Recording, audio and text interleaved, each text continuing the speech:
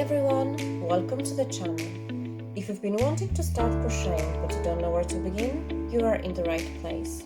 Today I'm going to show you exactly what you need to get started. Simple, no stress and beginner friendly. First step, a crochet hook.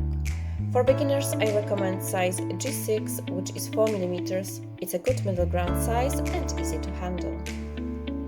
Next, yarn.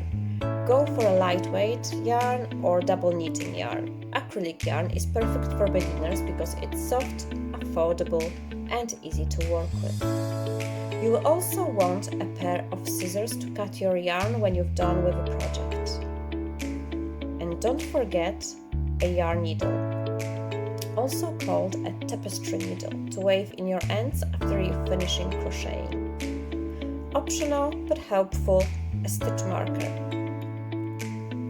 Especially if you are working in rounds. You can even use a safety pin or a bobby pin. And that's it. Just these few tools and you are ready to start your crochet journey.